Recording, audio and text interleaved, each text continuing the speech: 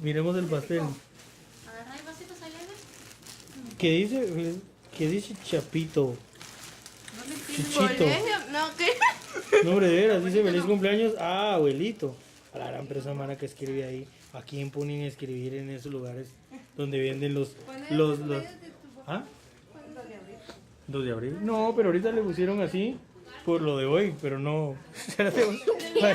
Aquí en todos lados. Mírame, eso le voy a tomar una foto aquí. Espérate.